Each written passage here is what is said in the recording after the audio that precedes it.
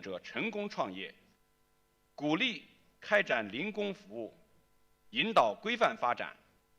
全国共有零工市场2500家，日均提供对接服务30万人次，融通培训就业链条，支持龙头企业、大型电商平台等与行业协会、公共就业服务和人力资源服务机构等联合打造培训就业一站式平台。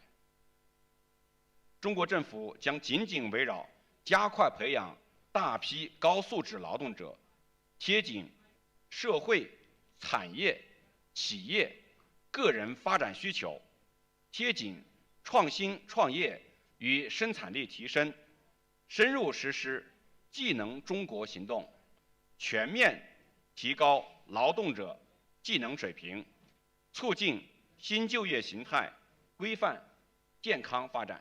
谢谢大家。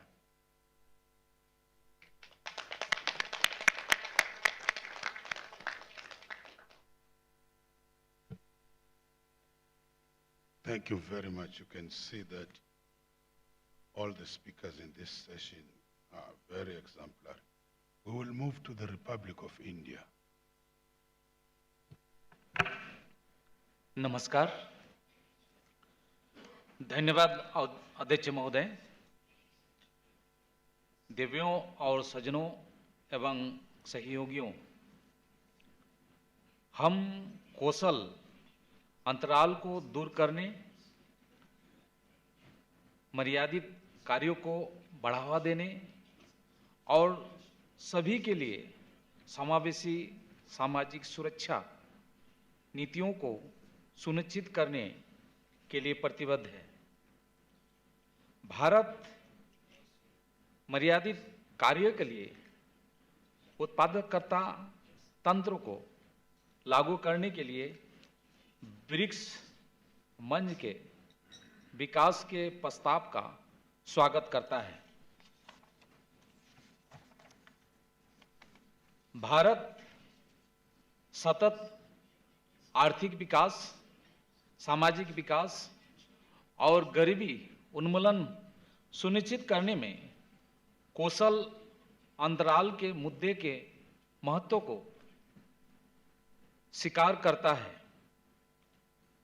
हमारा मानना है कि इनफॉर्मल क्षेत्र के कामगारों को उनके कौशल को बढ़ाने और उनकी रोजगार क्षमता में सुधार के लिए प्रशिक्षण और शिक्षा प्रदान करना महत्वपूर्ण है। एक कुशल कार्यबल सामाजिक सुरक्षा प्रणाली को जारी रखने में महत्वपूर्ण योगदान दे सकता है, जिससे व्यापक आबादी की सहायता करने की उनकी क्षमता बढ़ सकती है।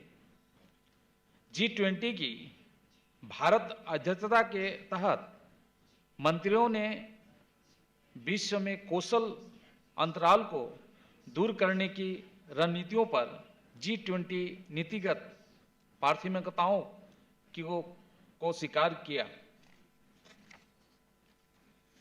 एक सक्षम श्रम बल की योजना बनाने के लिए प्रत्येक देश को श्रम बल की मांग मूल्यांकन, कौशल अंतराल मानचित्रण और आजीवन सीखने की अवसरों को आवश्यकता होती है। G20 भारत की अध्यक्षता ने इनमें कमियों को कई कार्यों के माध्यम से दूर किया, जिसमें ILO और OECD के रोजगार के लिए कौशल डाटाबेस पोर्टल का G20 देशों में विस्तार कराना शामिल है।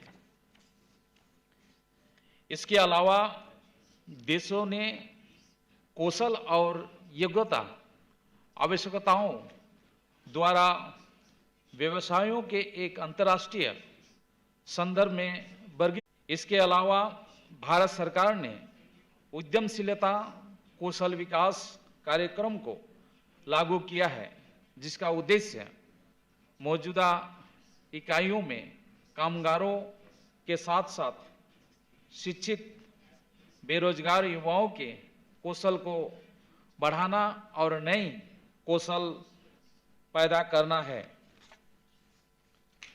भारतीय उद्योग और संगठनों में इसके बहुआयामी मांगों, जिसमें अनुसंधान, प्रशिक्षण, सलाहकार सेवाएं और समर्थन शामिल है, देश की आर्थिक वृद्धि और विकास पर दूरगामी प्रभाव पड़ता है। मैं दोहराना चाहूँगा कि कामगारों के लिए कौशल में सुधार और आजीवन सीखने एवं मर्यादित कार्यों को बढ़ावा देना एक अंतर्राष्ट्रीय एजेंडा है और हम ब्रिक्स राष्ट्र के रूप में एक साथ मिलकर इसके लिए अपना योगदान देने में सक्षम हैं। धन्यवाद। जय Hind.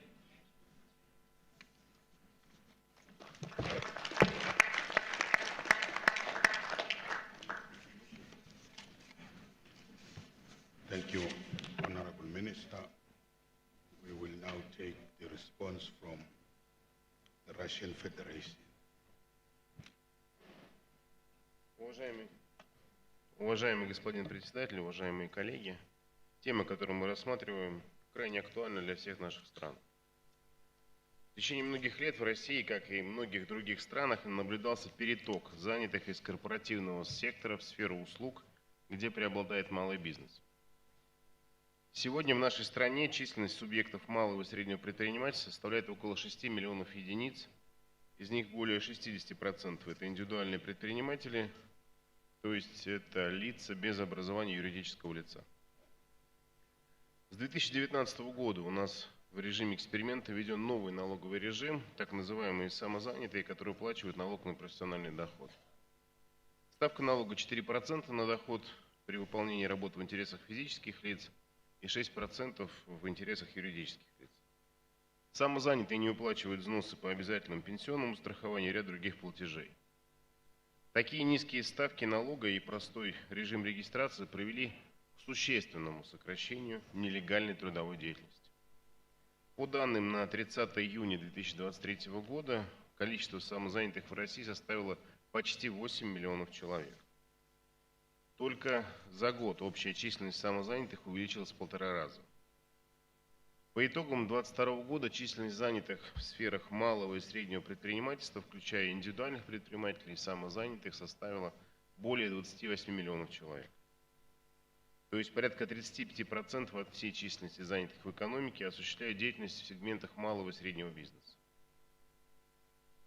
Анализ деятельности предпринимателей, включая самозанятых, выявляет ряд проблемных зон. Во-первых, малые предприятия ограничены в конкуренции за кадры с крупными компаниями. Во-вторых, у малых компаний нет устойчивых связей с образовательными организациями, то есть отсутствует механизм агрегации потребностей малых предприятий в кадрах. И в-третьих, есть проблема недостаточной практикоориентированности образовательных программ в сфере предпринимательства. Кроме того, эксперимент с низкими налоговыми ставками для самозанятых, помимо очевидных плюсов, показал и определенные риски. Как правило, предприниматели – это относительно молодые люди и пока серьезно не задумываются над тем, чтобы самостоятельно формировать себе пенсионные права, обеспечивать себе поддержку в случае болезни. То есть получать те социальные гарантии, которые доступны работающим по найму. Это риски и государственной пенсионной системы, в рамках которой все без исключения граждане обеспечиваются минимальной социальной пенсией. И поэтому развитие института предполагает необходимость формирования культуры ответственного отношения к своему будущему и к осознанному формированию пенсионных прав. В России создана инфраструктура поддержки субъектов малого предпринимательства, центры «Мой бизнес». Они созданы практически во всех регионах нашей страны. Задача этих центров – давать консультации по вопросам создания и развития своего бизнеса, оказывать государственную финансовую поддержку. Кроме того, эти центры проводят обучающие программы и тренинги, которые помогают улучшить навыки управления, маркетинговые знания, финансовое планирование, продажи. В некоторых случаях центры «Мой бизнес» являются партнерами университетов и как практики участвуют в разработке и реализации курсов по созданию и ведению собственного дела. Уважаемые коллеги, малые предприниматели являются гибкими, открытыми к инновациям и более адаптивными к изменяющимся условиям ведения бизнеса. По сути, малые предприниматели имеют хорошие возможности для своего роста при создании квалификационного потенциала и овладении современными инструментами организации и ведения бизнеса. Создание условий для этого мы видим в качестве основных задач по развитию малого бизнеса в нашей стране. Кроме того, в России по поручению президента разработан и реализуется план по легализации трудовых отношений на ближайшие 3 лет. Утверждена методика расчета показателей теневой занятости, и такие показатели рассчитаны для каждого субъекта Российской Федерации. Регионы получили необходимые рекомендации по организации такой работы.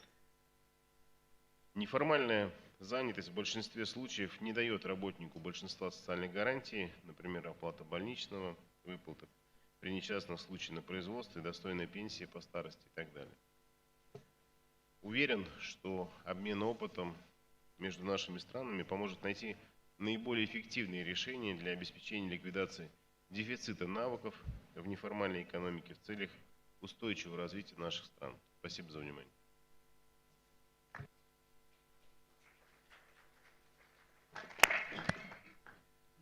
Thank you very much, Minister. South Africa's ministry's response will be led by our Director General. DJ. Thank you very much, Chairperson. Allow me to begin by expressing my gratitude to the Chair for providing this platform and extending my warm appreciation to Ms. Laura Thompson for enlightening presentation on the pressing issue of closing the skills gap in the informal economy through innovation and enhanced productivity. In South Africa, the landscape of the informal economy is both complex and dynamic. Informal employment constitutes a substantial portion of our workforce, with millions of individuals relying on this sector for their livelihoods. Recognizing the imperative to enhance the skills and productivity of these workers, our government has embarked on a multifaceted approach in alignment with the ILO labor standards. Firstly, we have been diligently developing and implementing basic skills programs that empower workers with functional literacy and numeracy skills.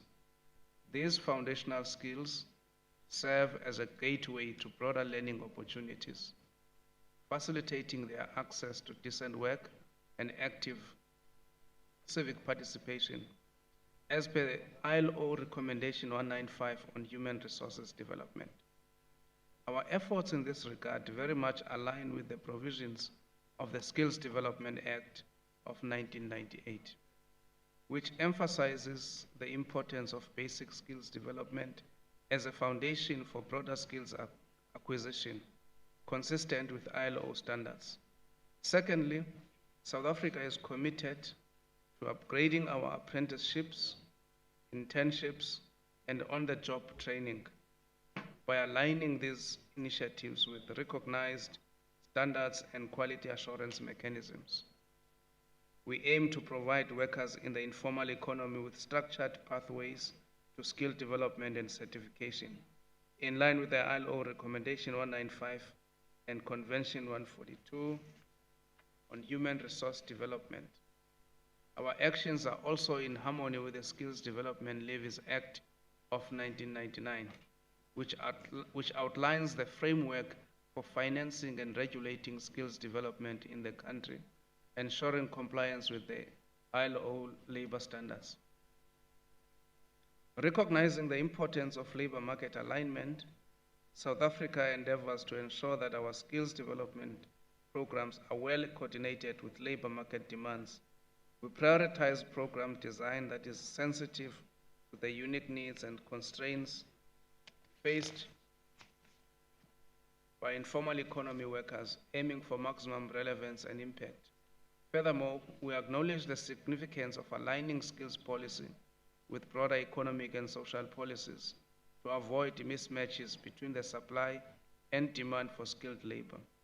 This holistic approach is vital for creating an ecosystem that supports the transition of informal economy workers into the formal sector in accordance with the National Development Plan 2030.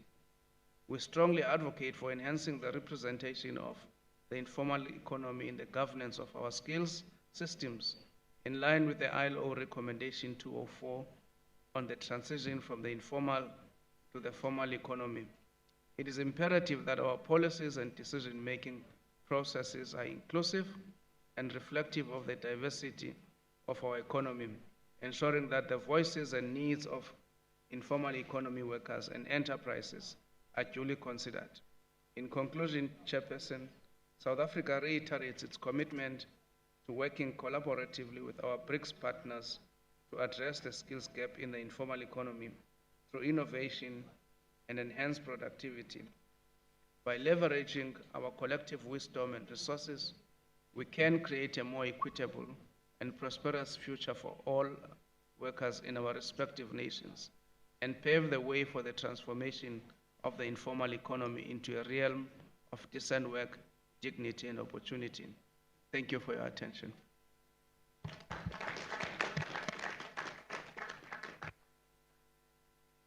Thank you, TG. Colleagues, the message is very clear that to create jobs, you need the economy to grow.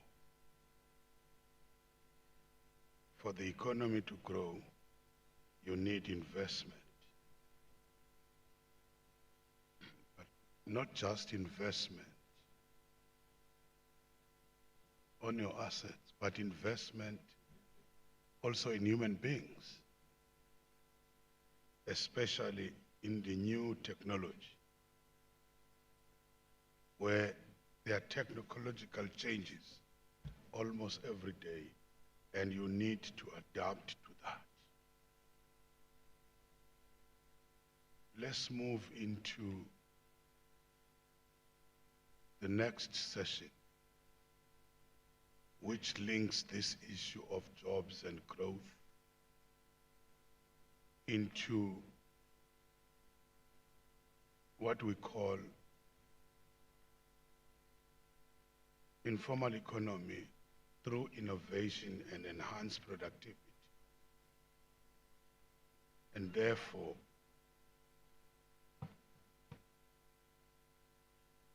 what is in this concept of productivity? We have Dr. Johnny Maswayana from the ILO, who is also the ILO's point man in the region here in Southern Africa. Over to you, Dr. Johnny. Thank you, Honorable Minister. I think I have a presentation. So I'm checking with the... Yes. It's coming up, I hope. Oh, you... Yes, we send a submission.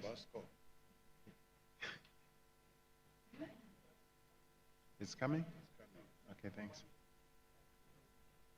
Maybe while it's coming and in the interest of time, let me say that what I will present is not a new concept. It's something that has already been worked upon by the Employment Working Group, the technical experts.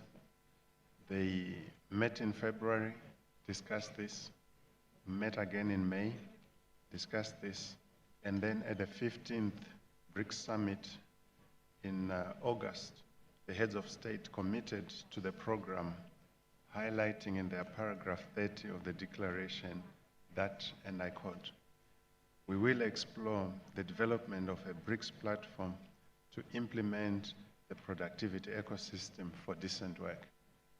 So, ladies and gentlemen. Wait a little bit. We want that presentation. Yeah, there it is. Sorry. Sure, Honorable Minister. I'm always at your service, Honorable Minister.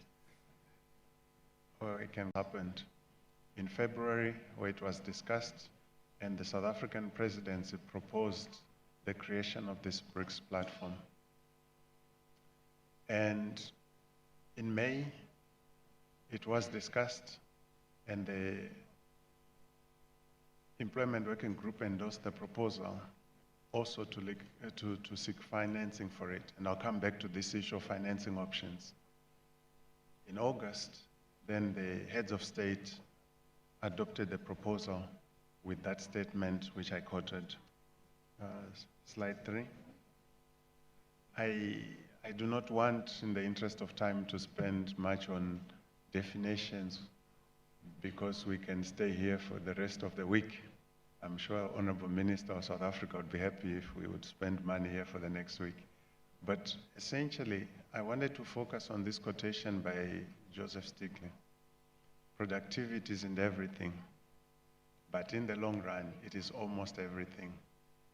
A country's ability to improve its standard of living over time depends almost entirely on its ability to raise its output per worker.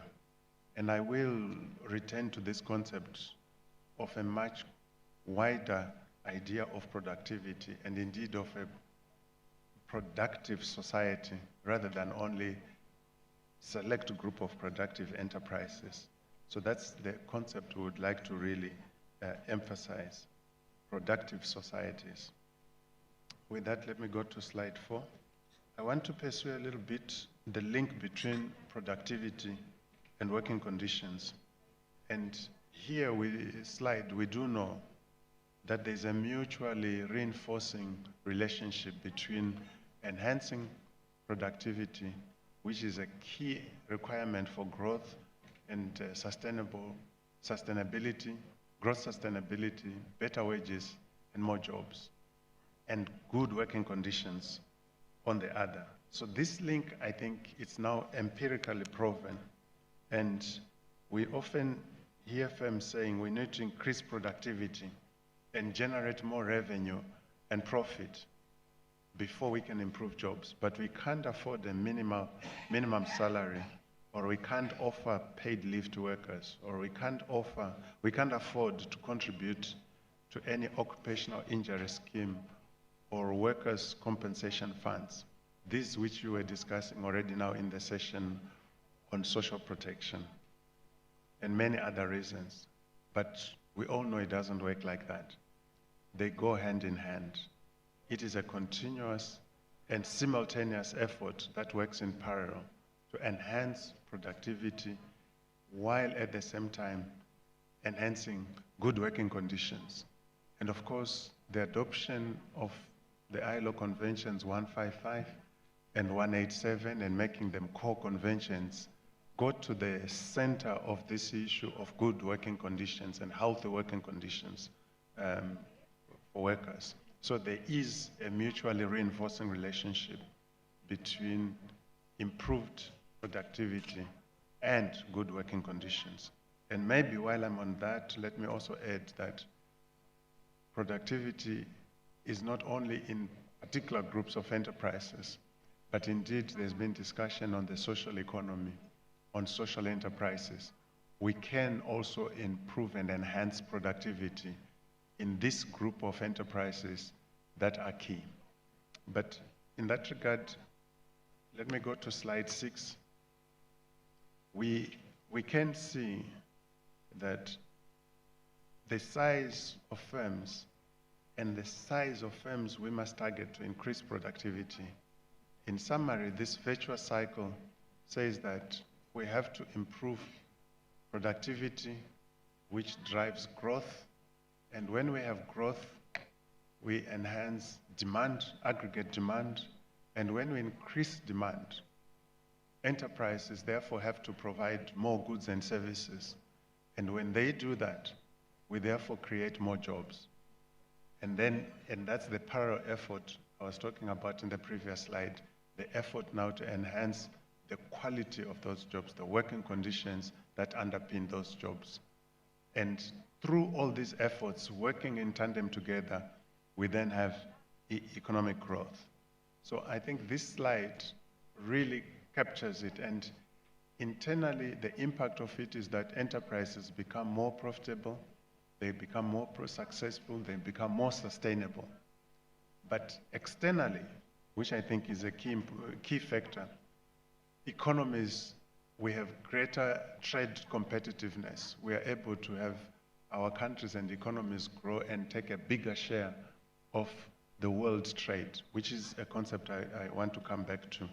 Thank you very much.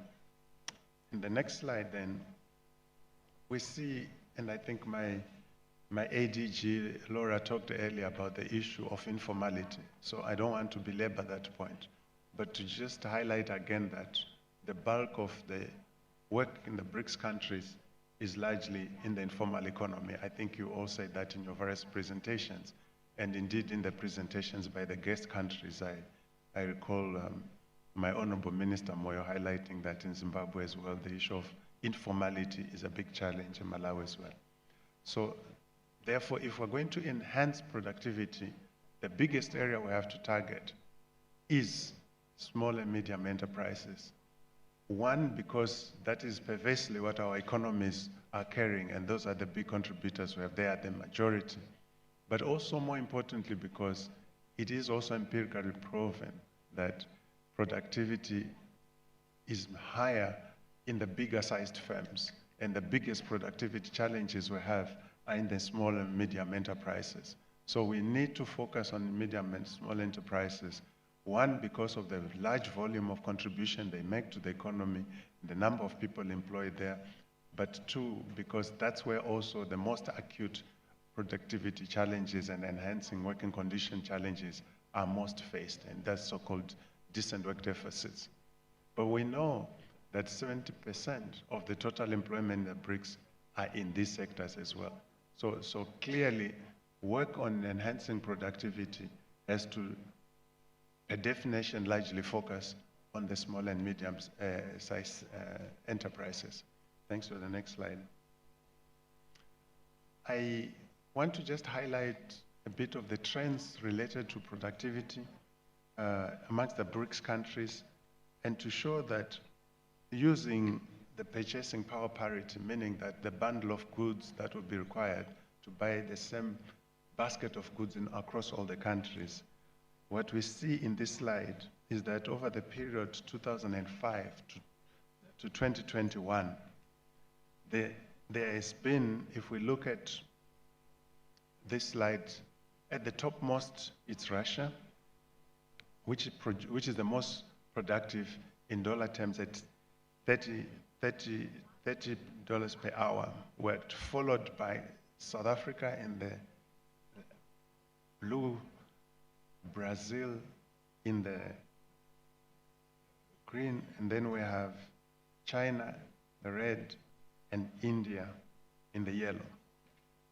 But the trends that we see for both is that if we see South Africa and Russia in 2005, that is on the extreme left. I wish I had a pointer so I could help you see what I'm talking about. They were almost at the same point, with Russia at $21 and South Africa at $20 per hour. But what has happened over the next 15 years then is that Russia has really pulled away and managed to increase their productivity to 43%, while South Africa has increased, but only marginally. So you can see that the gap has widened between Russia and China, and South Africa, sorry. But if we look further, we can also see that between China and India, at the bottom end, they were also almost at the same point in 2005. But since then, China has dramatically increased their productivity, almost to 162%, while India has also increased the yellow line, but it has managed to increase by 136%. And therefore, while China and Russia may have in aggregate terms the lowest, but owing to the large size of their economies, the informal economies on the other, these two countries have realized the highest increases in productivity over the last 15 years. So this context, I think, is very important. And of course, I'll talk further about how the project will seek to build on this background. Let me look at another background issue, which is the trade. Next slide. So in trade, we realize that 21% is the share, BRICS share of global trade of goods exported, 21%. But among the BRICS countries, the percentage trade, the BRICS world exports and intra-BRICS trade becomes very low. And you will see the percentages there by country. And that should be a concern, that while the share of global trade is big, but the share of trade among the BRICS countries themselves is not that big. I guess that's why we have the BRICS, to see how can we increase this percentage. But just in comparison, on the last column, the percentage of BRICS trade with the European Union and the US is 6 times more than the percentage of trade among the BRICS countries themselves. So that says that the structuring of the global architecture on trade and the performance of the BRICS countries regarding trade among themselves versus with the West and the US, that preponderance is much more with the West and the US than among themselves. And that, I think, is another important background factor to consider when we think about this productivity ecosystem.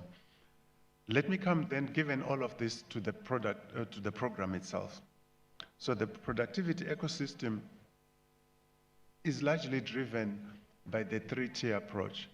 The bold blue circle outside is largely the society. Remember when we talked earlier about productive societies? And this is then the macro level, where the policies, laws, legal and regulatory environment becomes very important.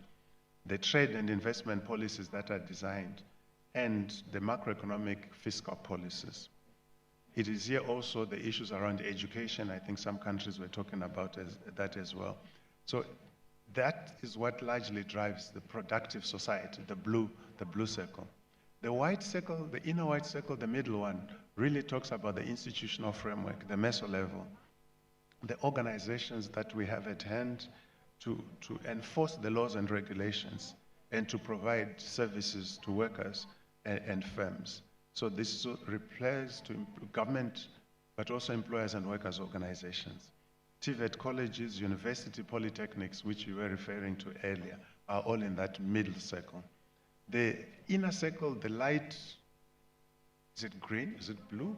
That light, bright color in the inner core, that refers to the firms themselves, to what happens at the enterprise level, and where the enterprises try to improve productivity at enterprise level.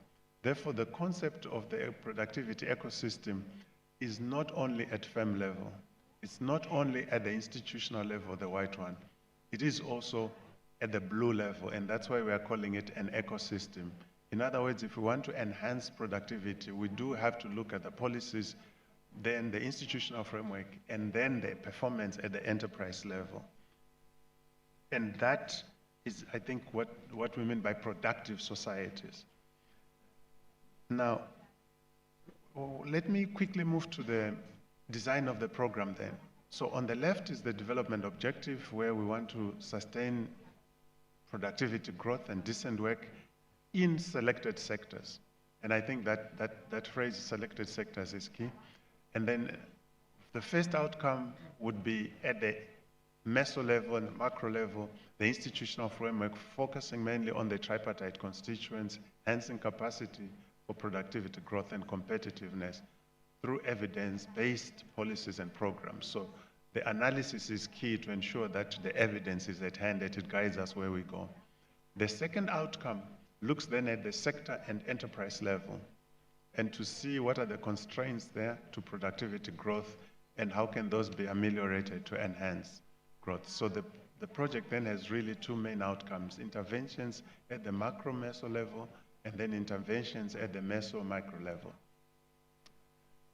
Moving on, the idea is to start with an inception phase. First, consultation and technical exchanges among key stakeholders and social partners. And secondly, then national analysis and then consult assessments and then sector selection. And that sector selection and the systemic sector assessment, that on which sectors should we focus on, this would be the interception phase. That's the evidence, the analysis that would lead us then to the design of the interventions per country. So the program definitely has to take a very country-specific approach. I think during the discussions, Russia had mentioned quite a lot that we need country specificity in the design of the program. There's a line there because that would be the inception phase. And I'll come back, I want to end soon on the good news on the inception phase.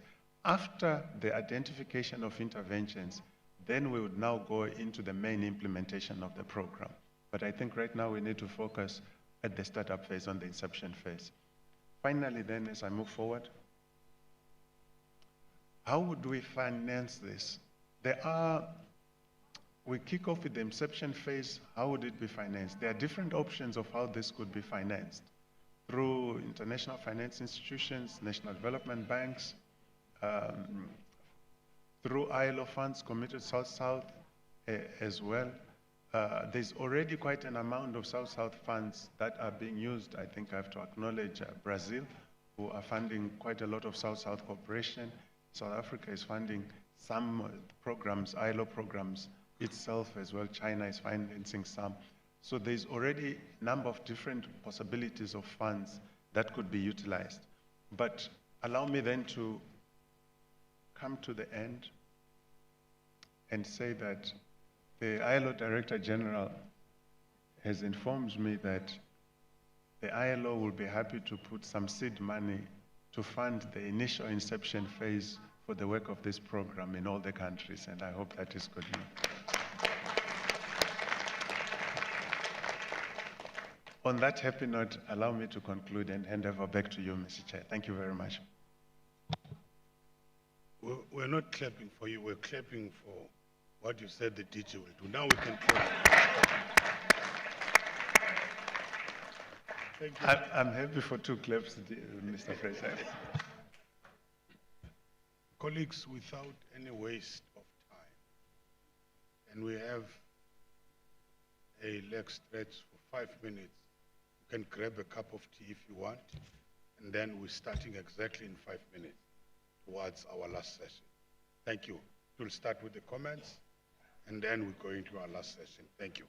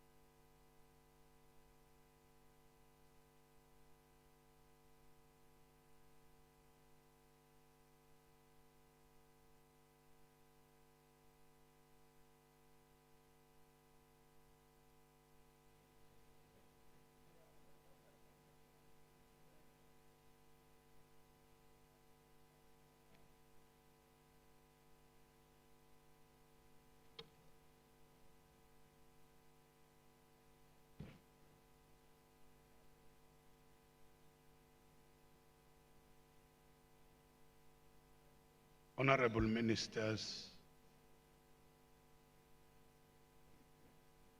and our guests, we're now moving to the session, just finalizing that session, which is just before our final session, where we will do the presentation of the draft declaration by the Employment Working Group. And then we will have the statement after that of the next host of the Labor and Employment Ministers, which will be made by our comrade from the Russian Federation. Then it will be the closing remarks from the current host, which we will be also handing over to Russia. See Russia must Zweli. Kaiser, we see Russia, we have women. Sure. Okay. If Kaiser agrees, there's no problem. But before that, just some short discussions and responses from the BRICS member countries. Am I right, DG? Which is a response to the BRICS productivity ecosystem input by Dr. Maswayan. Can we do that in that order, where we start with the Federative Republic of Brazil?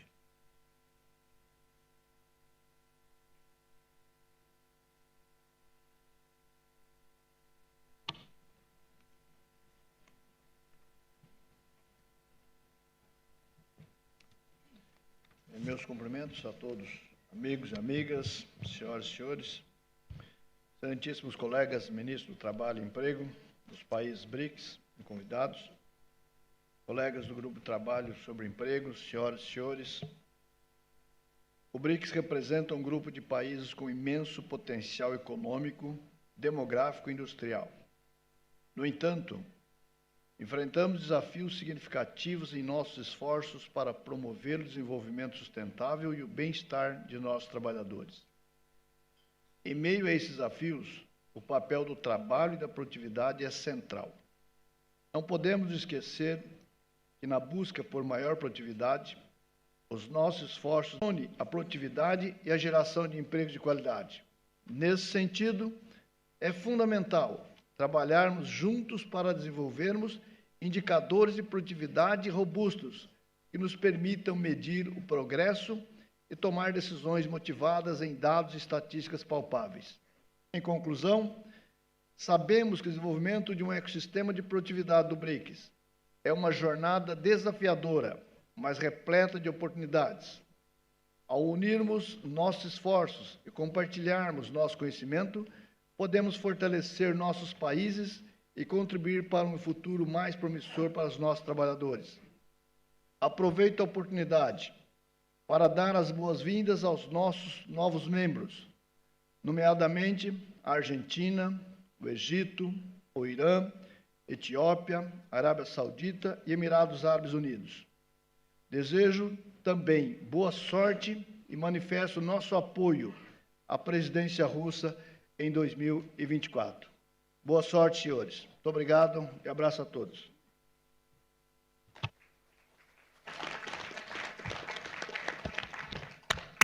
Obrigado.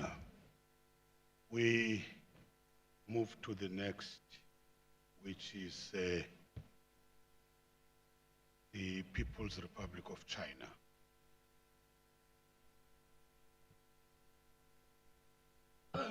谢谢主席先生，各位部长、各位代表、女士们、先生们，感谢国际劳工组织专家刚才围绕着体面劳动生产力生态系统所做的介绍。促进体面劳动与提高生产力是相辅相成的。劳动者就业能力的提高和体面劳动的实现，有助于企业生产力的提高和可持续发展。可持续企业是保障劳动者权益的重要基础，是创造高质量、充分就业的关键。制定政策、出台措施时，统筹考虑体面劳动与企业可持续发展，才能够真正维护和保障劳动者的权益。中国政府坚持推动高质量发展，在发展中保障和改善民生，在发展中推进体面劳动。一是强化就业优先政策，加强财政、货币、投资、消费、产业、区域等政策与促进就业政策的协调，推动形成经济发展与就业扩容齐质、互促共进的良性循环。二是统筹企业发展和维护劳动者权益，加强与企业联合会、全国总工会等社会伙伴沟通，劳动力市场安全性与灵活性相协调，推动实现劳动关系双方互利共赢。三是降低企业，特别是中小微企业成本，支持经营主体纾困和发展。四是支持企业使用和培养人才，提高劳动生产率，推行终身职业技能培训制度，实施企业在工资总额中提取8%的税收优惠政策，推进企业新型学徒制，鼓励企业创办培训机构，改善企业职工技能水平和结构。各位代表、女士们、先生们，主席国南非将金砖国家体面劳动生产力生态系统平台作为今年金砖国家劳工就业部长会议的成果之一，这体现了金砖国家的创新性和在劳动世界前沿问题方面的引领作用，充分发挥政府、工人、雇主和研究机构的各自优势和协同作用，从国家、产业和企业层面探索同步推进生产力提高，创造就业岗位，实现体面劳动和企业可持续发展的可行之策，可以更有效地促进社会正义，推动实现共同富裕。在此，我想对平台实施提出3点建议。第一，保障平台的可行性。项目实施需要充足资金保障，希望主席国南非能发挥牵头作用，期待国际组织增加项目投入，共同调动多方积极性，不断拓展资金渠道，确保平台有效运行。第二，确保平台的专业性。平台作为首创性项目，发挥示范和引领作用，应精心设计，认真落实。在项目设计过程中，应充分考虑各国国情，加强与社会伙伴和研究机构的沟通和磋商，同时应充分发挥国际劳工组织、国际社会保障协会和国际金融机构的作用，为平台推进和实施提供专业指导。第三，提升平台的针对性。平台应聚焦金砖成员发展中促进体面劳动、提高劳动生产力遇到的难点与挑战，分享各个国家良好实践，研究提出政策建议。金砖国家应携手合作，支持全球化进程，维护全球产业链和供应链稳定，共同消除不利于企业可持续发展和在供应链中实现体面劳动的负面因素。各位女士、各位代表、女士们、先生们，中国在担任金砖国家主席国时，提出了金砖加合作理念，就是要秉持开放、包容的精神，推动建立更为广泛的伙伴关系。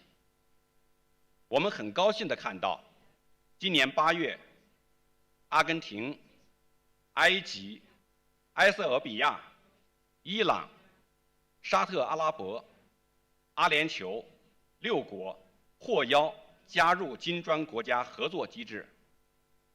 中国有一句古话叫“众人拾柴火焰高”，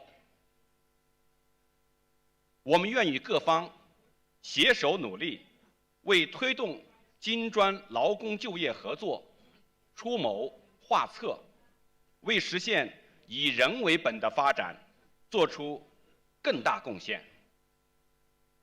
最后，我想借此机会再次感谢南非政府为会议成功举办所做的大量周到细致的工作，感谢国际劳工组织和国际社会保障协会提供的技术支持，感谢社会伙伴提出的建设性意见建议，感谢会议主办地政府和有关方面的热情好客，感谢金砖国家劳动研究机构网络为制定政策提供的有力支持。我们期待与各位明年在俄罗斯再会。谢谢大家。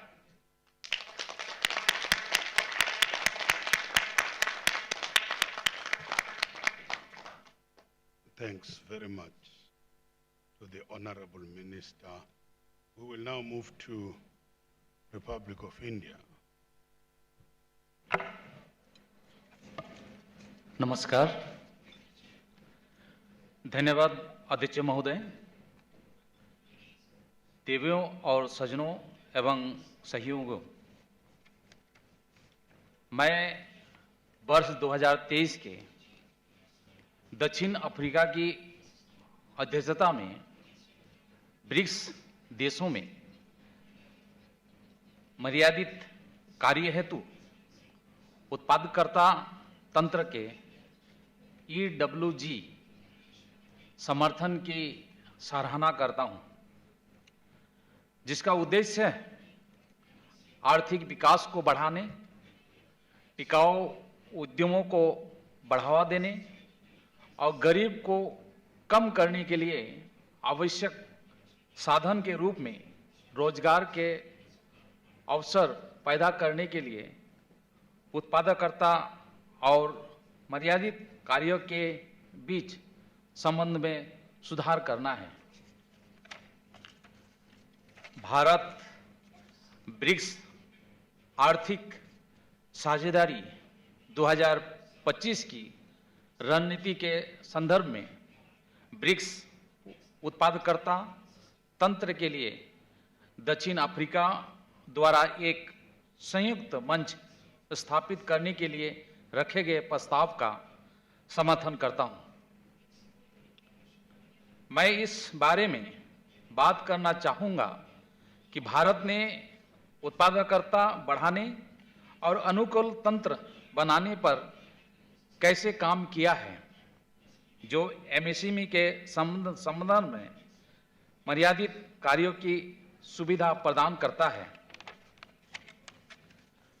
भारतीय उद्योगों और संगठनों में उत्पादकता और competition की संस्कृति को बढ़ावा देने के लिए वर्ष 1958 में भारतीय राष्ट्रीय उत्पादकता परिषद की स्थापना की गई थी। इसके बहुआयामी मार्गों, जिसमें अनुसंधान, प्रशिक्षण, सलाहकार सेवाएं और समर्थन शामिल है, देश की आर्थिक वृद्धि और विकास पर दूरगामी प्रभाव पड़ता है। ईज ऑफ डूइंग बिजनेस प्रतिमा के अंतर्गत पंजीकरण और कर अनुपालन में आसानी के लिए पहल के माध्यम से भारत सरकार ने कंपनियों के लिए पंजीकरण प्रक्रिया और समापन प्रक्रियाओं को एक बटन के लिंक के माध्यम से आसानी से करने का योग्य बना दिया है। कमजोर नवाचार नीतियों जैसे उत्पादकता बाधाओं को दूर करने के संदर्भ में भारत टेक्नोलॉजी उन्नयन और गुणवत्ता प्रमाण, शून्य दोष और शून्य प्रभाव प्रमाण योजना में एमएसएमई को वित्तीय सहायता प्रदान करता है। मेक इन इंडिया पहल का समर्थन करते हुए इस योजना का उद्देश्य भारतीय एमएसएमई द्वारा किए गए विनिर्माण में इन प्रथाओं की विकसित करता है। भारत सरकार इस योजना के अंतर्गत एमएसएमई को 80% तक सब्सिडी प्रदान करती है। हमारा एमएसएमई मंत्रालय भारतीय लघु उद्योग विकास बैंक के साथ मिलकर व्यक्तिगत एमएसएमई को 10 मिलियन रुपए तक बिना गारंटी के लोन प्रदान करता है। प्रधानमंत्री मुद्रा योजना के माध्यम से सरकार गैर कॉरपोरेट गैर किसी एमएसएमई को बैंकों और अन्य वित्तीय संस्थानों के जरिए 1 मिलियन रुपए तक ऋण प्रदान कर रही है। उधारकर्ता इनमें से किसी भी ऋण देने वाले संस्थान से संपर्क कर सकता है या पोर्टल के माध्यम से ऑनलाइन आवेदन कर सकता है। मैं मुद्रा लोन विभिन्न उद्देश्यों के लिए दिया जाता है जो विनिर्माण सेवाओं, खुदरा और किसी संबंध गतिविधियों में आय और रोजगार पैदा करते हैं।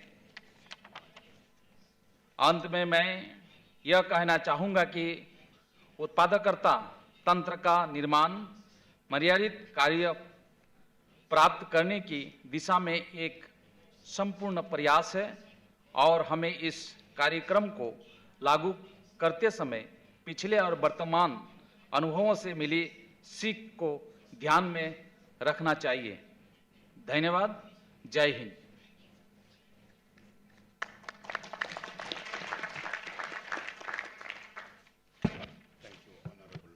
Thank you, Honorable Minister. We will then move to the Russian Federation. Уважаемый господин председатель, уважаемые коллеги, рост производительности труда является одной из национальных целей развития Российской Федерации. В России реализуется национальный проект производительности труда, который обеспечивает формирование новой культуры производства. Сейчас он охватил порядка 1,6 миллиона сотрудников российских предприятий разной величины. Это компании обрабатывающей промышленности, строительной, транспортной, сельскохозяйственных отраслей и торговли. Национальный проект стимулирует развитие критически важных производств, помогает наращивать темпы импортозамещения и объемы выпускаемой продукции. Это возможно за счет управленческих решений, оптимизации производственных процессов и логистики. Национальный проект способствует обеспечению роста валового внутреннего продукта страны, поддерживает макроэкономическую стабильность и обеспечивает устойчивый рост доходов населения. Мы готовы делиться опытом со странами БРИКС по данному направлению. В этой связи мы высоко ценим инициативу Южноафриканской Республики о создании платформы БРИКС «Экосистема производительности для достойного труда». Она направлена на укрепление сотрудничества в рамках нашего блока БРИКС.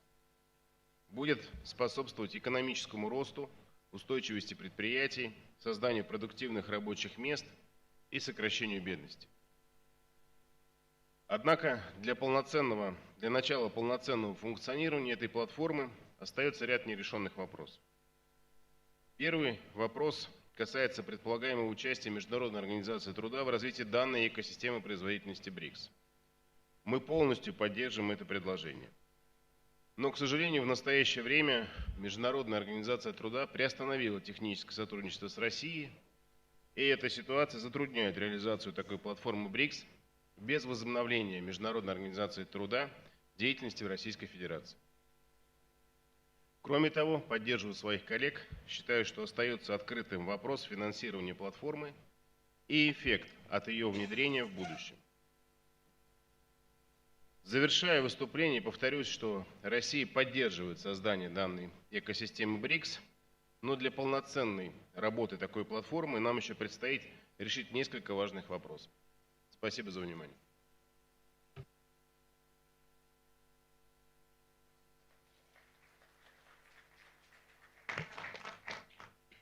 Thank you, Honorable Minister. Our Russian colleague. But I must just say on the issue of the concern which you are raising, the cooperation with the ILO we are talking about, it's not with Russia. It's a cooperation with BRICS, which is inclusive of Russia and all other countries. That's the difference. And we will have a way of managing that. Thank you very much. We will now move to South Africa. Thank you, Chairperson. I would like to express our gratitude to Dr. Musabayana for his insightful presentation on the productivity ecosystem for decent work platform in the context of our BRICS cooperation. As Franz Kafka aptly stated, I quote, "Productivity is being able to do things that you were never able to do before," close quote. This sentiment encapsulates the essence of our pursuit.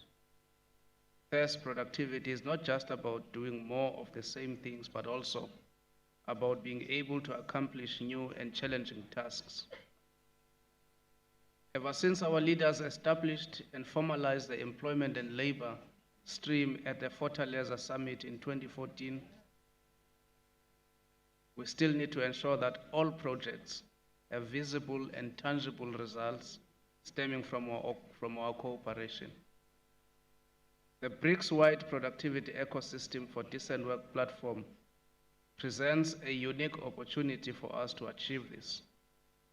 We are confident that our efforts will contribute to growing economies and build sustainable enterprises.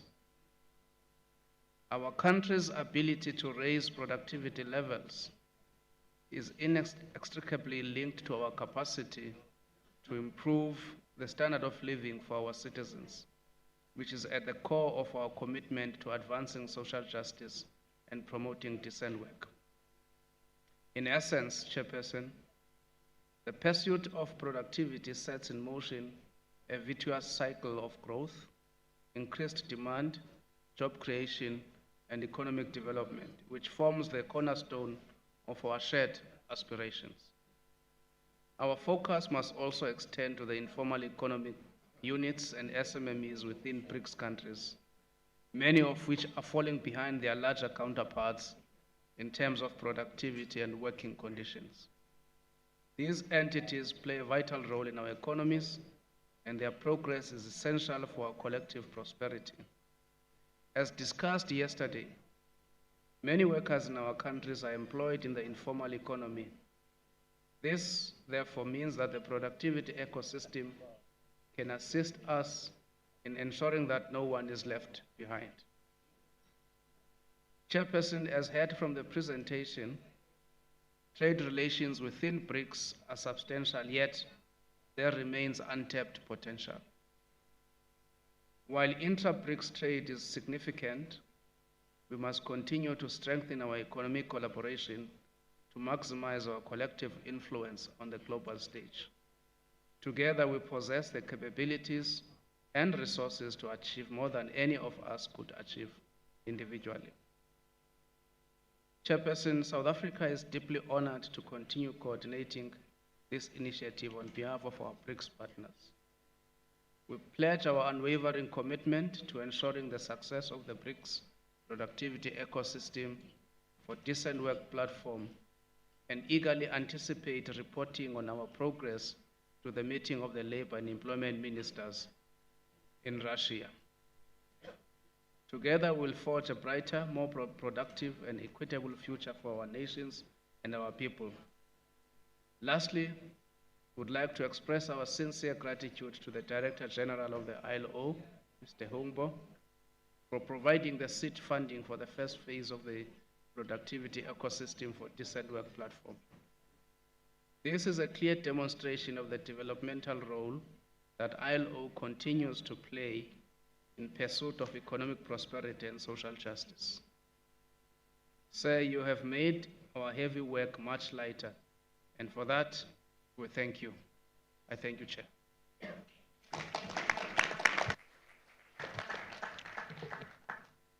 Thank you very much, DG.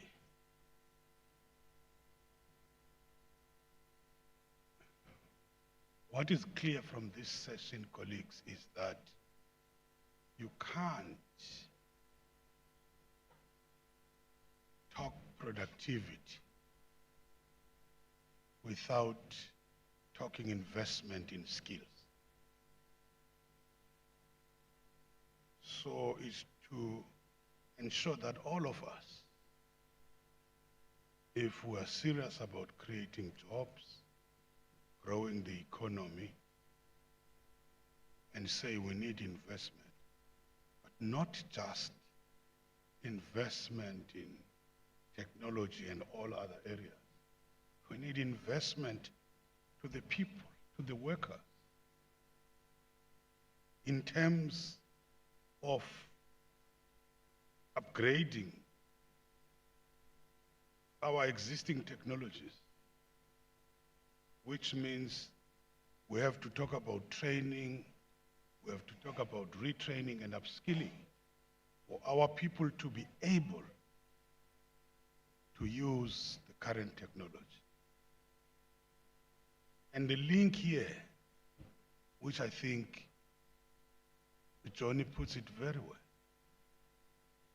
we must not just talk about productivity in general. We must talk about productivity in the society. I like that part, which is key for growth, for sustainability, and even for better wages and jobs.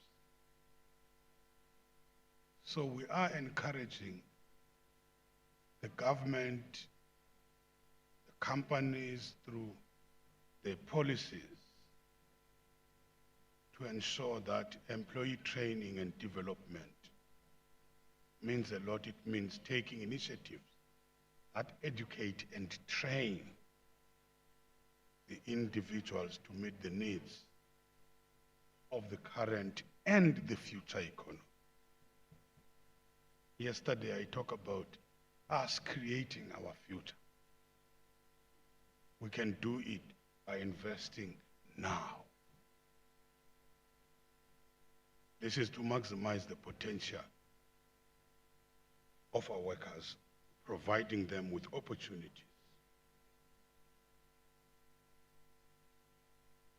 As this BRICS family, as it has also been extended with our guest ministers or guest countries, we must not only look at the West in our investment. South to South cooperation. We must look to the East. We must look to the South. That's very critical. Not that we don't want the Western investment, but we must look into all the sides.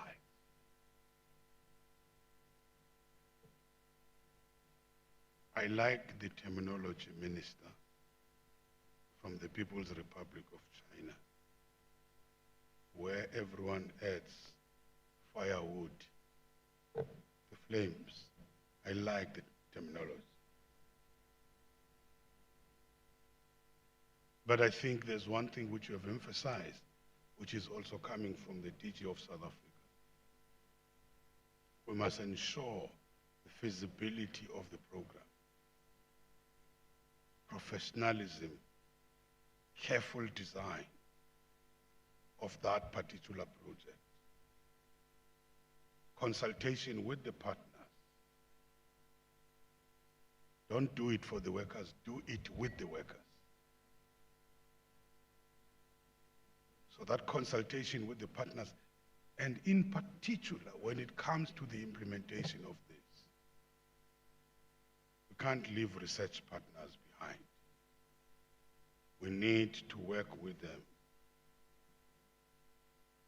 And so that we uphold that spirit of inclusiveness, that spirit of openness. I think everybody was saying that. And I want to repeat my comrade from Russia. This is the ILO working with BRICS, with all of us as a collective. We will deal with the other issues. And you know our stance as these countries when it comes to the issue of Russia. We will leave it there. Thank you very much, Johnny. Thank you very much, Ms. Thompson, for this great input, which has been concretized into a particular program, which the ILO will support. Thank you. Now we will move to the presentation of the draft declaration by the Employment Working Group, which will be led by the chair, which will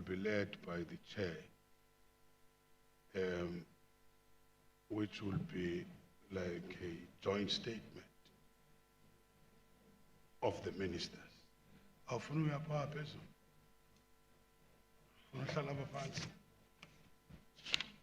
I am now President Wekosati Ndokwele Kongeni. Msholama illegal ukla itanda zevala. Uyame.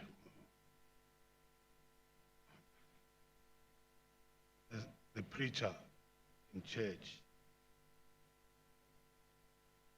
when he calls people that we pray, stands. So mine at the end will be a prayer. I will have to go and stand there.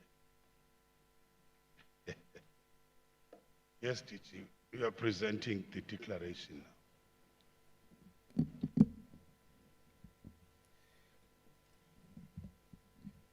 Thank you, Chairperson and the honorable ministers. I In my capacity as the chair of the BRICS Labor and Employment Working Group, extremely honored to present the key elements of the draft eThekwini Declaration of the 9th BRICS Labor and Employment Ministers meeting held here in Durban on the 29th of September 2023. In terms of the process, the draft document is a collective work we as senior officials of the BRICS member countries did since our first meeting in Misty Hills, Johannesburg, until Geneva in the margins of the International Labour Conference. The text was extensively consulted with the BRICS partners, and the contribution in this regard are highly appreciated.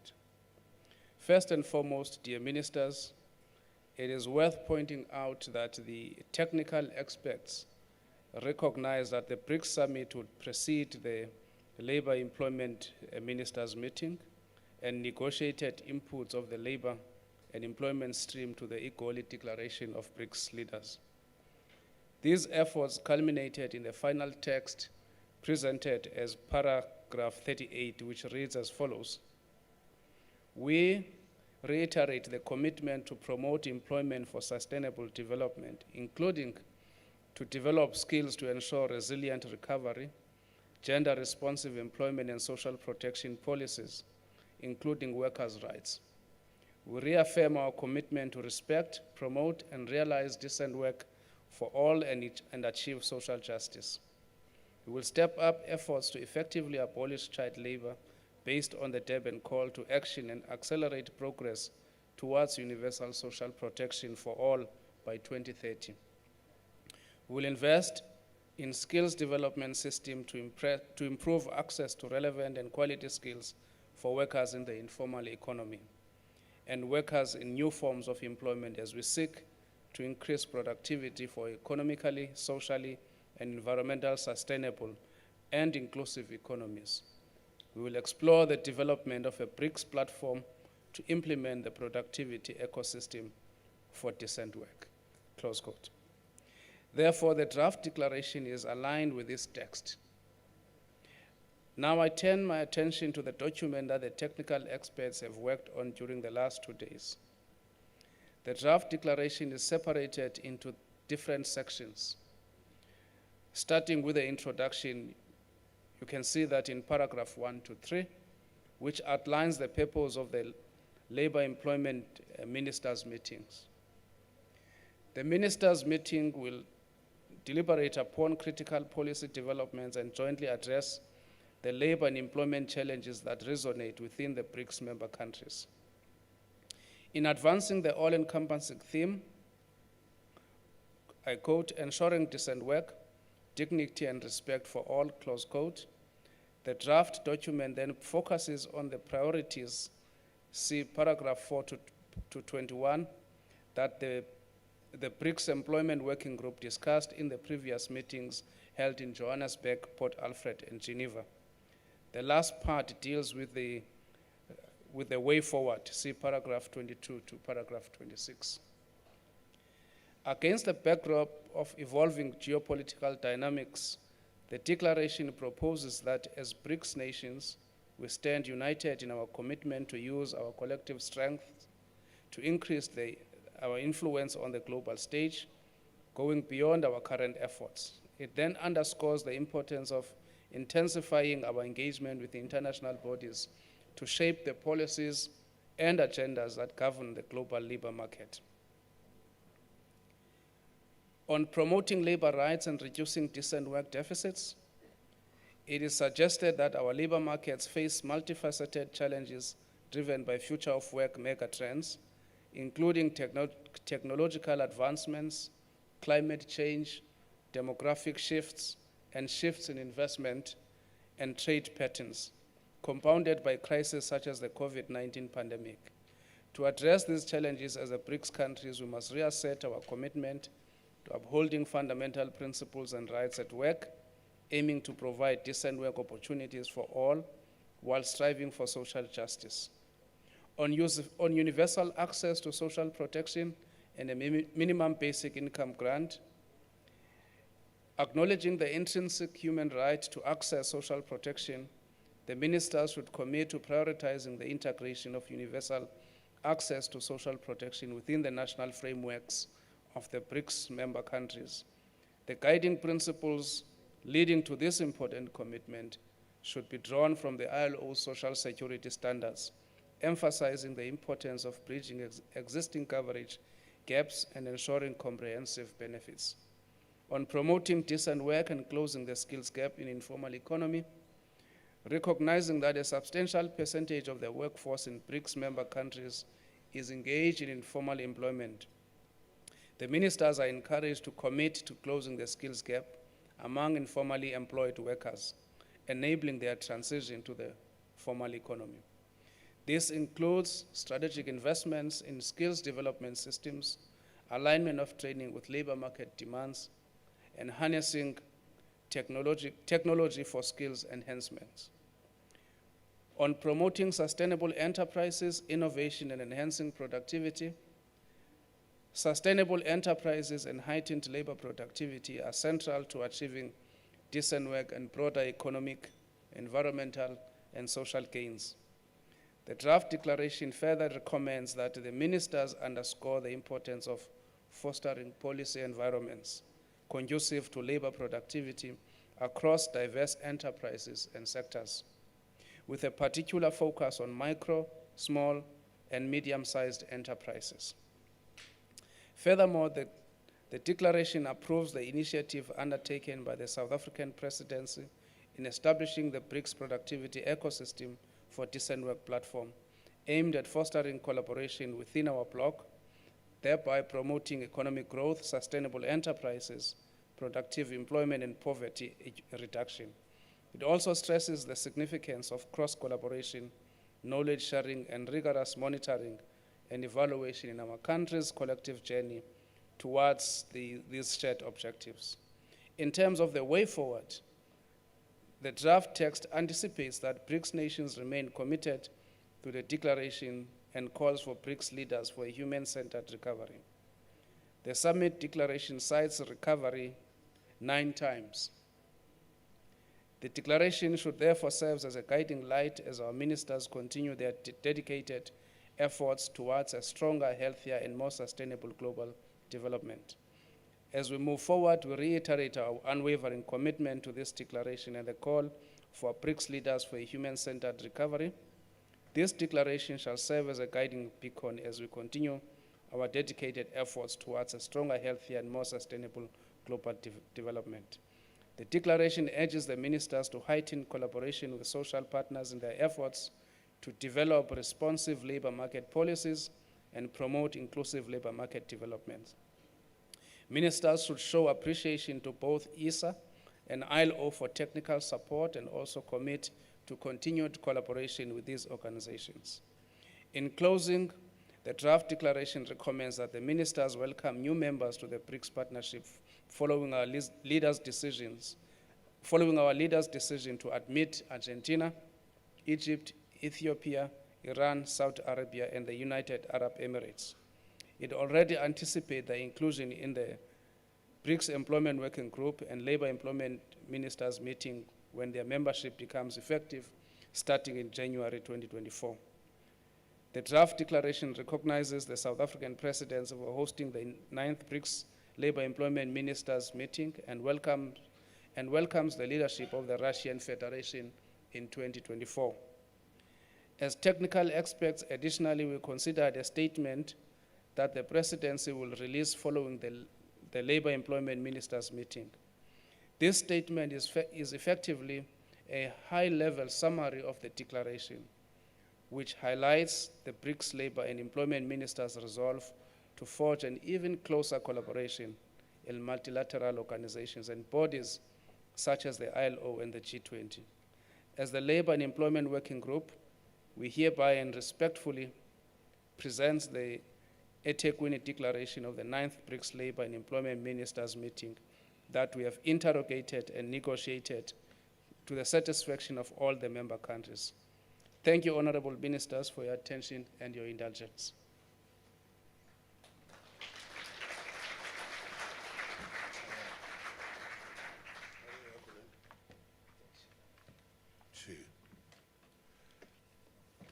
Thank you very much to the chairperson of the Employment Working Group. I will be calling by acclamation from the ministers of BRICS if we all agree to the proposed declaration. Any of those who are opposing it? Is it agreed? In my culture, silence means consent. It's agreed.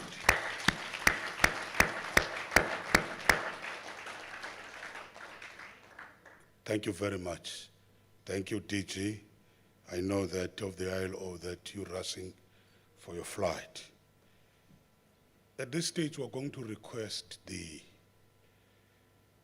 statement from our Russian Federation minister who are taking over before I come to a closure. Do you want to take it from here, or are you comfortable there?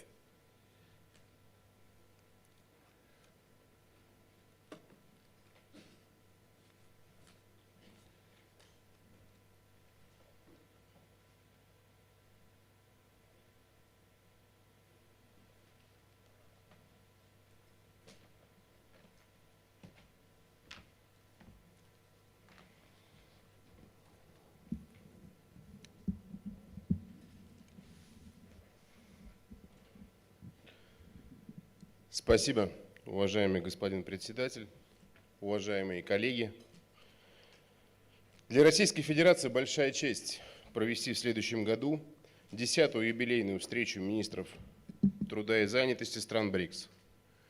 Это будет встреча 11 министров.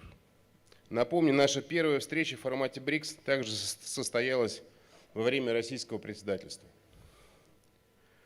В ходе наших предыдущих встреч мы обсуждали вопросы развития рынка труда, говорили о важности достойных условий труда работников и обеспечении устойчивого экономического роста. Делились опытом совершенствования трудового законодательства и трудовых отношений.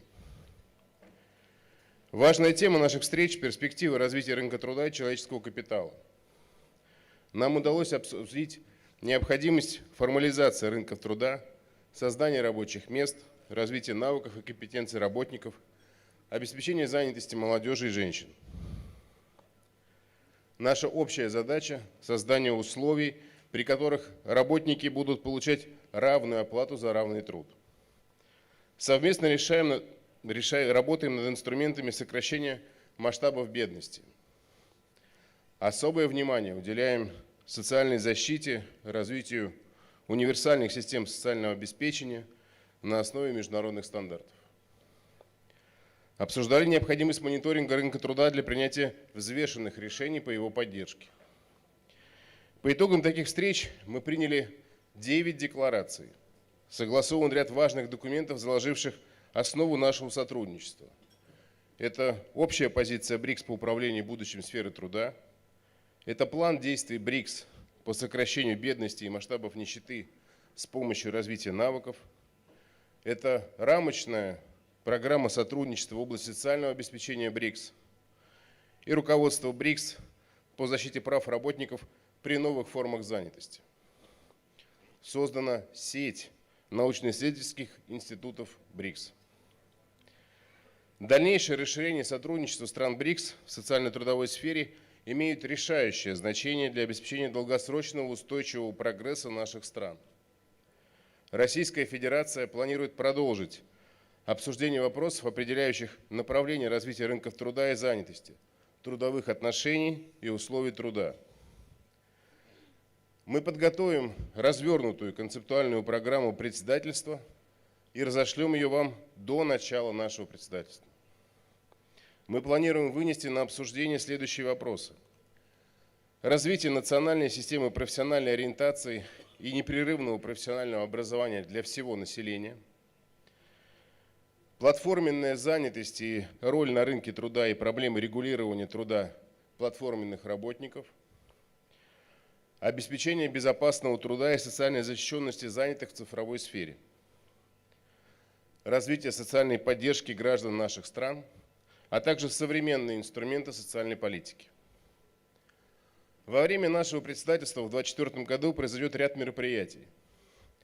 Первое заседание рабочей группы по занятости ориентировочно состоится в марте в Москве.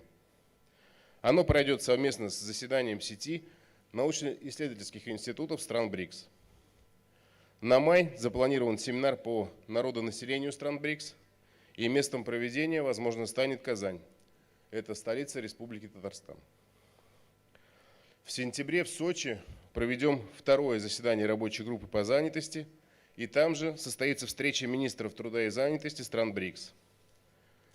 Напомню, что именно Сочи принимала зимнюю Олимпиаду 2014 года. Каждая из стран БРИКС имеет свой уникальный опыт по решению вопросов в социально-трудовой сфере. Обмен этим опытом позволит сформировать единый стратегический подход по развитию рынков труда в странах БРИКС. Это важно и для наших стран, и для мирового сообщества в целом. Мы продолжим тесное и плодотворное взаимодействие с социальными партнерами, представителями трудящихся и бизнеса. Достижение качественных результатов на рынке труда невозможно без развития трехстороннего сотрудничества. Рад, что в странах БРИКС мы укрепляем формат трехстороннего диалога. Продолжим взаимодействие с международными организациями. Наша страна всегда открыта для полномасштабного взаимодействия и сотрудничества со всеми международными организациями. Благодарю вас, уважаемый господин министр, за организацию сегодняшней встречи и за приверженность идеям сотрудничества. Уверен, что наше взаимодействие продолжится. Уважаемые коллеги, будем рады приветствовать вас в России на наших мероприятиях в следующем году. Благодарю за внимание. Добро пожаловать в Россию.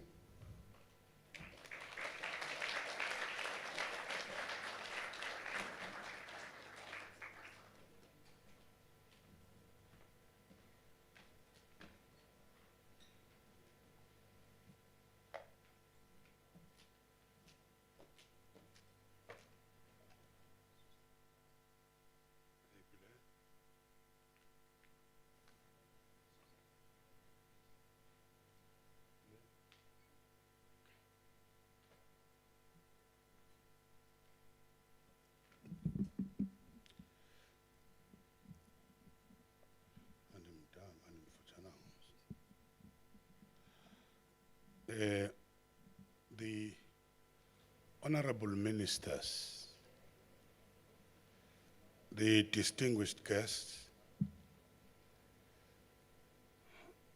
esteemed colleagues,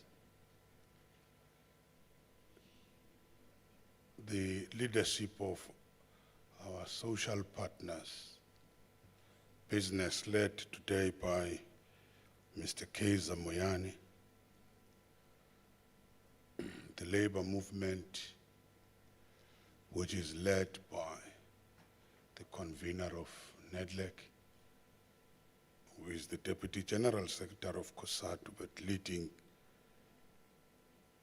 the leadership of labor of the 4 federations, who are led by their presidents and general secretaries.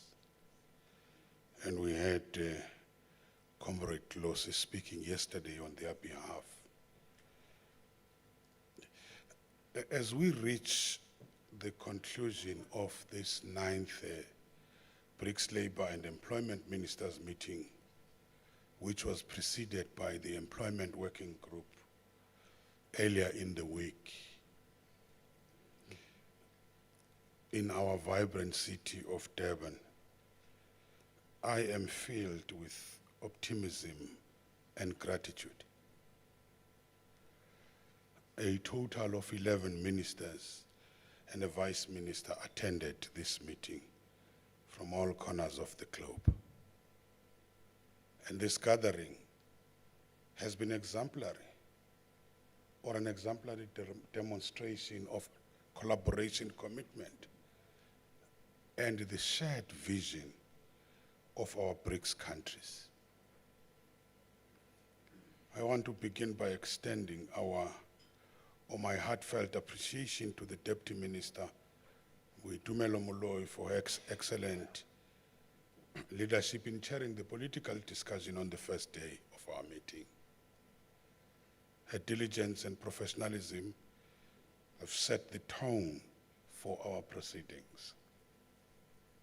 I'm also thankful to my co-chair, Minister Lindwe Zulu, for the sterling job. She's back. She's back. We're a bit worried, but she's back.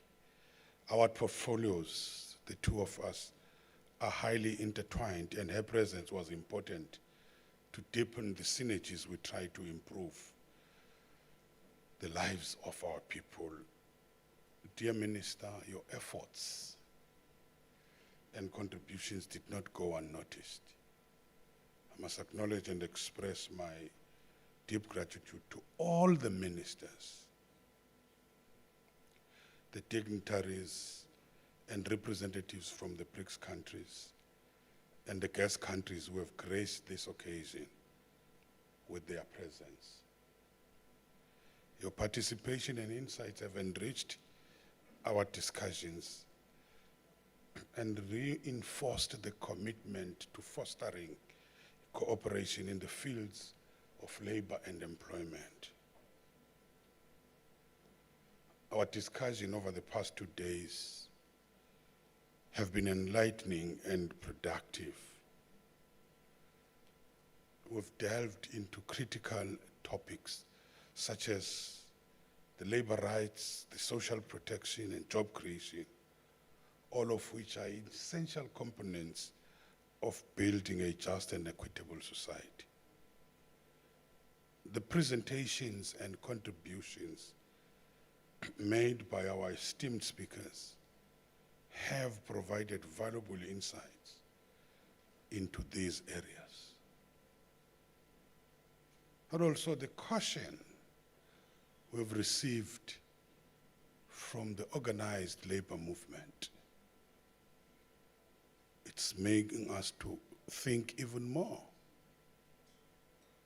I must also extend my my appreciation to the ILO and ISA, of course, for their valuable contributions and presentations on the important themes which are related to the labor rights and social protection. Our discussions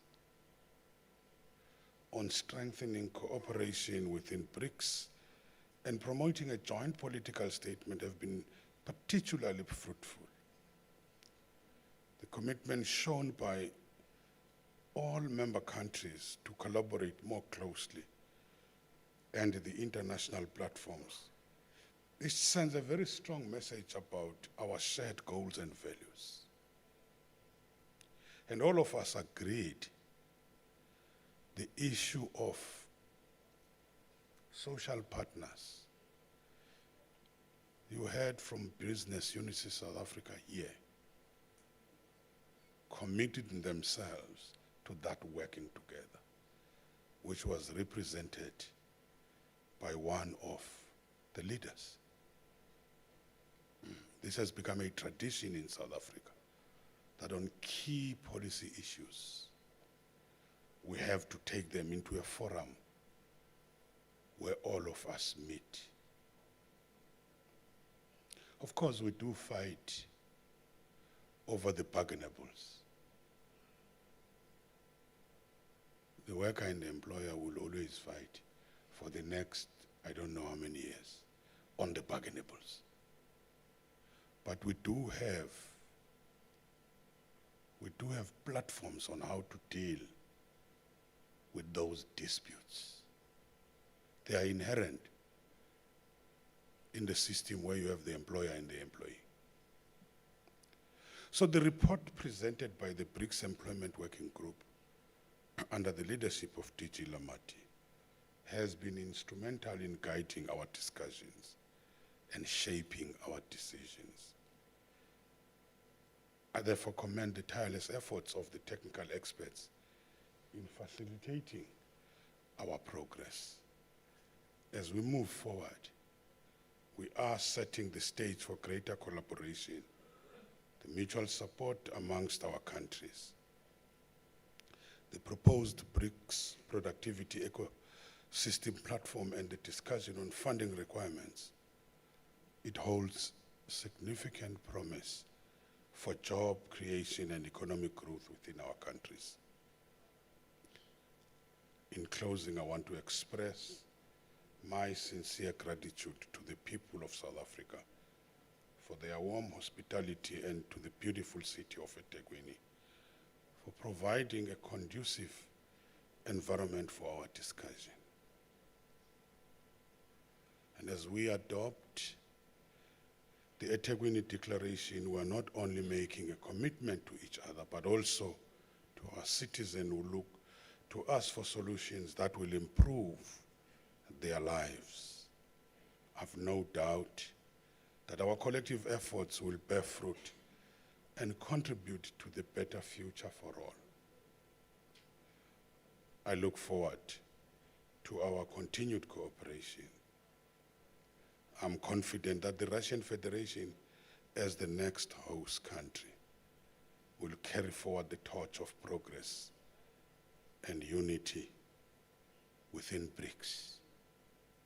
Today, we hand over that baton to the next presidency now of an expanded BRICS with 11 countries.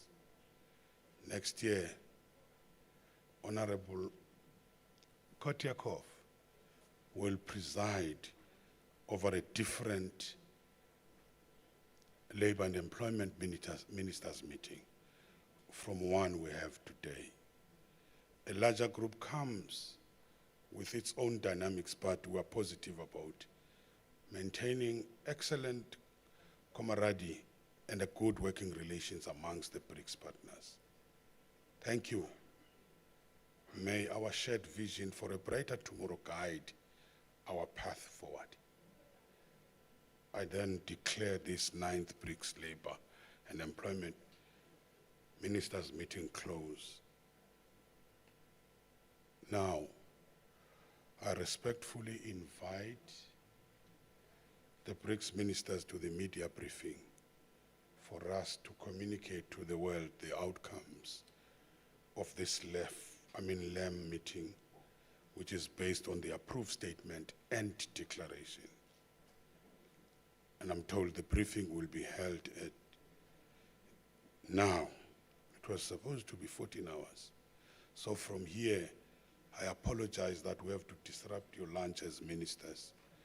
Go to that short briefing, which will be the meeting room 3. What floor is that? Same floor, in room 3. I thank you.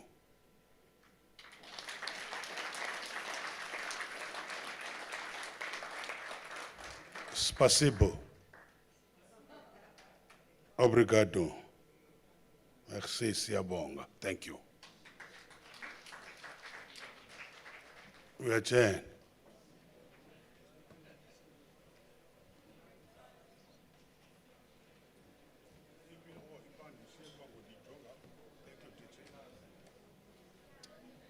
Teu aqui só.